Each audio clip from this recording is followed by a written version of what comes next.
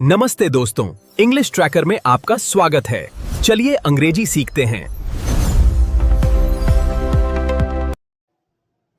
चलिए फिर से एक नई कहानी में आपका स्वागत है। आज का टॉपिक है द वाइस आउल यानी बुद्धिमान उल्लू। उल्लू वर्ड तो वैसे बेवकूफ़ों के लिए यूज किया जाता है, लेकिन यहाँ पे क्या वाइस का यूज किया गया है। देखते हैं इस कहानी में क्या रोचक तथ्य हैं जो आपको बहुत ही इंस्पायर करेगी। और इसमें बहुत सारे नए नए वर्ड हैं, इंग्लिश के ग्रामर्स हैं, रूल्स हैं, वर्ब के V1 से लेके V5 तक के रूल्स हैं, फॉर्म है, सब यहाँ पे आपको देखने को मिलेगा। अगर आप चैनल पे नए हैं तो चैनल को सब्सक्राइब कीजिएगा, वीडियो को लाइक कीजिएगा और शेयर कीजिएगा। जैसे कि मैंने आपको बताया कि आज का टॉपिक है द वाइस आउल यानी बुद्धिमान उल्लू। मैं इसको यहाँ पे लिख दिया करूंगा ताकि अच्छा रहेगा। बुद्धिमान उल्लू। चलिए देखते हैं इसमें क्या बुद्धिमत्ता है इस उल्लू में। Once there lived a wise owl in a big forest. एक बार रहता था एक बुद्धिमान उल्लू एक बड़े जंगल में। अब यहाँ पे देखिएगा, अब बिग फॉरेस्ट का मतलब होता है एक बड़ा जंगल। आउल मतलब उल्लू हो गया। यहाँ पे वाइस इसका एडजेक्टिव है, मतलब ये इसका जो एडजेक्टिव है ये क्या करता है, इसकी विशेषता बतला रहा है, इसलिए यहाँ पे वाइस क्या हो गया, इसका एडजेक्टिव हो गया। अगर ये वर्ब के पहले रहता तो क्या हो जाता है, एडवर्ब हो जाता है। ठीक है, एडजेक्टिव क्या करता है, किसी नाउन या प्रोनाउन की क्या करती है, विशेषता बतलाता है। सो ये क्या हुआ, आपका एडजेक्टिव हुआ। और यहाँ पे क्या देखिए, यहाँ पे LIVE लिव लिखा हुआ है। लिव मतलब होता है रहना। लिव के बाद यहाँ पे डी का यूज किया गया है। ठीक है, ये लिव का सेकेंड फॉर्म है और थर्ड फॉर्म भी सेम ही होता है। तो क्या हो गया, लिव्ड। यहाँ पे हो गया वंस। वंस मतलब होता है एक बार। ठीक है, अगर यहाँ पे वंस अपॉन अ टाइम रहता है तो क्या होता है, एक समय की बात है या फिर एक बार की बात है। तो यहाँ पे क्या, वंस यानी एक बार रहता था एक बुद्धिमान उल्लू, यानी एक बुद्धिमान उल्लू रहता था एक बड़े जंगल में। इस पूरे का यही सार हुआ। एक बार रहता था, लिव का मतलब हो गया रहता था। अ वाइस आउल यानी एक बुद्धिमान उल्लू, एक बुद्धिमान उल्लू। इनका मतलब हो गया मैं, अ बिग फॉरेस्ट मतलब बड़े जंगल, एक बड़े जंगल। एक बड़े जंगल में एक बुद्धिमान उल्लू रहता था। यहाँ पे एक बार का तो वही है। ठीक है, अब यहाँ देखिए, the owl stay on a tall tree.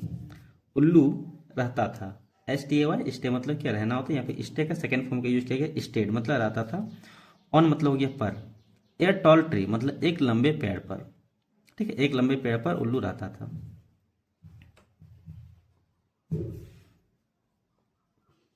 रहता था। ऑन मतलब हो गया पर। ठीक है, एक टॉल ट्री मतलब, ए टॉल ट्री मतलब हो गया एक लंबा पेड़, एक लंबा वृक्ष, एक लंबे वृक्ष पर रहता था। एंड क्वाइटली वॉच, और शांति से देखता था, एवरीथिंग सब कुछ, अराउंड हिम यानी अपने चारों ओर सब कुछ वह देखता था। क्वाइटली मतलब हो गया शांति से, शांतिपूर्ण। वॉच मतलब होता है देखना। वॉच का एक होता है सी, एक होता है वॉच, एक होता है look.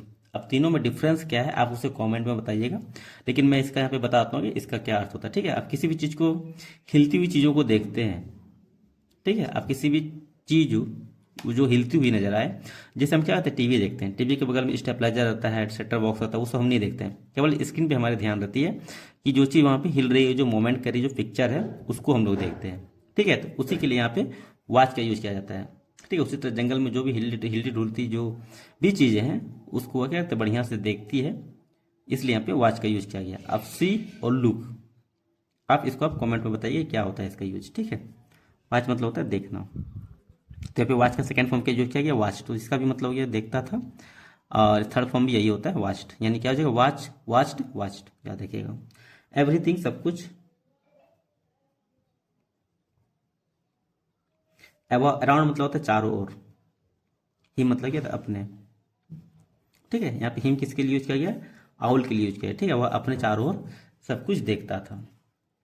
Many animal in the forest often argue and fought with each other.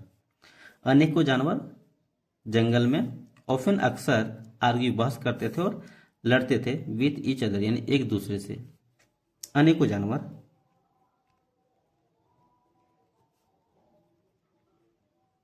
अनेकों जानवर जंगल में,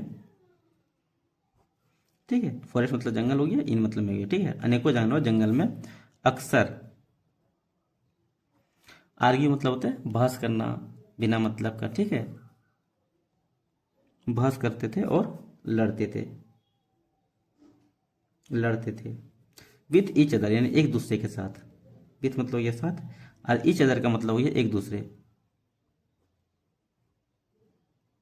एक दूसरे के साथ लड़ते थे। अब यहाँ पे समझिए, ऑफन का मतलब अक्सर हो गया, ARGUE, आर्ग्यू मतलब होता है बहस करना, आर्ग्यू के यहाँ पे सेकेंड फॉर्म का यूज किया गया आर्ग्यूड, मतलब बहस करता था या फिर बहस करता था, और आर्ग्यूड इसका भी क्या थर्ड फॉर्म यही होता है।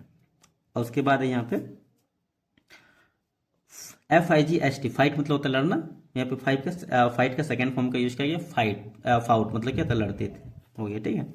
व्हेन जब, दे हैड प्रॉब्लम, जब वे प्रॉब्लम में रहते थे यानी जब उसे समस्या होती थी, ठीक है, हैड मतलब था, थे, थी यानी पास थी, ठीक है, जब उसे समस्या होती थी, समस्या, ठीक है, जब उसे समस्या होती थी, they came to the owl for advice, वे आते थे टू आउल यानी उल्लू के पास, फॉर एडवाइस मतलब सलाह के लिए, फॉर मतलब होता है के लिए, जब भी समस्या होती थी तो क्या करते थे, सलाह के लिए घर में आते थे। अब यहाँ पे देखिए ये उल्लू के पास आते थे, कम मतलब होता है ना, कम का यहाँ पे सेकेंड फॉर्म का यूज किया गया कैम मतलब आते थे, क्या हो गया कम, कैम कम, सी और आता तो क्या था कम, तो वो हो गया फर्ब का फर्स्ट फॉर्म, यहाँ पे सेकेंड फॉर्म का यूज किया गया है कैम, और थर्ड फॉर्म भी क्या था COM कम ही होता है, उल्लू के पास आते थे सलाह के लिए, ठीक है। अब आगे देखिए, the owl always listen carefully before speaking, उल्लू हमेशा सुनता था केयरफुल्ली था सावधानी से, उल्लू क्या करता था हमेशा सावधानी से सुनता था कुछ बोलने से पहले, बिफोर मतलब होता है क्या के पहले या फिर पहले, हमेशा, ऑलवेज मतलब हो गया हमेशा, और मतलब हो गया उल्लू, लिसन मतलब होता है सुनना, लिसन का यहाँ पे सेकेंड फॉर्म का यूज किया गया लिसनड मतलब सुनता था, ठीक है, उल्लू हमेशा क्या करता था सुनता था सावधानी से, स्पीकिंग मतलब बोलना, ठीक है, बोलने से पहले उल्लू हमेशा सावधानी से पहले सुनता था। He touch deeply and then give fair and wise suggestion, अब यहाँ पे ध्यान दीजिएगा, वह सोचता था, THINK, थिंक मतलब होता है सोचना, थिंक का यहाँ पे सेकेंड फॉर्म का यूज किया गया थॉट मतलब सोचता था, डीपली मतलब गहराई से, यानी मन ही मन में गहराई से क्या विचार करता था जो भी बातें होती थी, ठीक है, या फिर विचार करना होता है, सोचना विचार करना दोनों के लिए सेम ही यूज होता है थिंक, और यहाँ पे थिंक का सेकेंड फॉर्म है थॉट, वह विचार करता था गहराई से,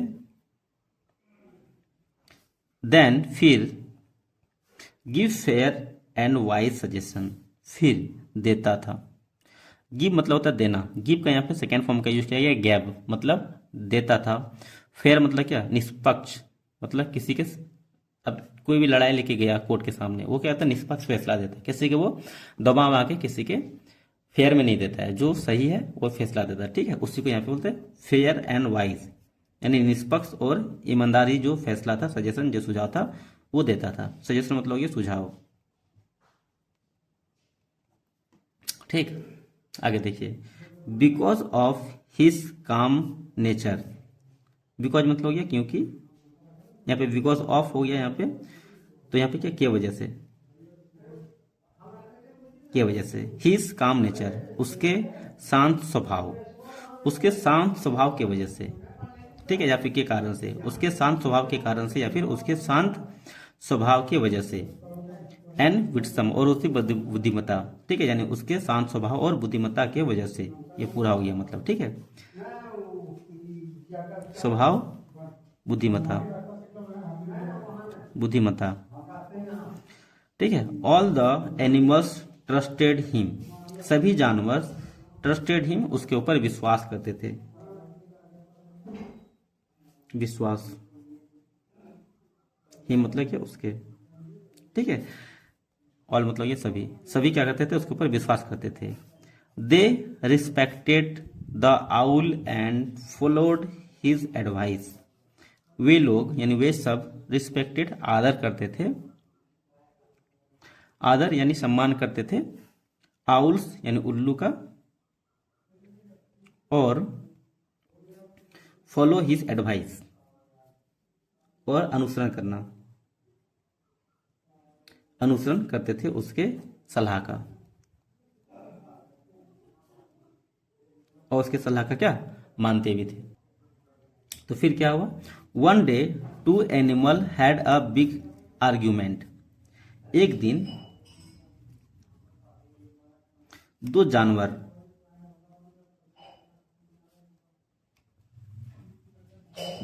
हैड बिग आर्ग्यूमेंट। बिग मतलब होता है बड़े, आर्ग्यूमेंट मतलब बहस, ठीक है। दो जानवरों के बीच क्या था, एक दिन बड़ा बहस छिड़ गया। यहाँ पे हैड का यहाँ पे पास्ट में यूज कर रहा है, लेकिन यहाँ पे दोनों के बीच की जो समस्या है उसके लिए यहाँ पे हैड का यूज किया गया है, ठीक है। तो दोनों जानवरों के बीच में क्या एक बड़ी बहस छिड़ गई, यानी बहस हो गई, बड़ा बहस। The owl patiently listen to both side and give a fair solution. The owl patiently, owl मतलब हो गया उल्लू, पैटेंटली मतलब हो गया धैर्य, लिसन मतलब हो गया सुना, लिसन मतलब तो सुना, लिसन का यहाँ पे सेकेंड फॉर्म यूज हुआ गया सुना, ठीक है। उल्लू ने धैर्य से सुना, बोथ साइड यानी दोनों पक्षों को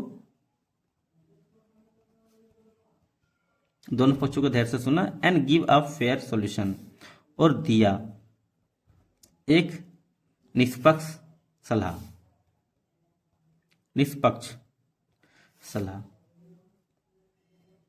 और एक क्या क्या निष्पक्ष सलाह दिया।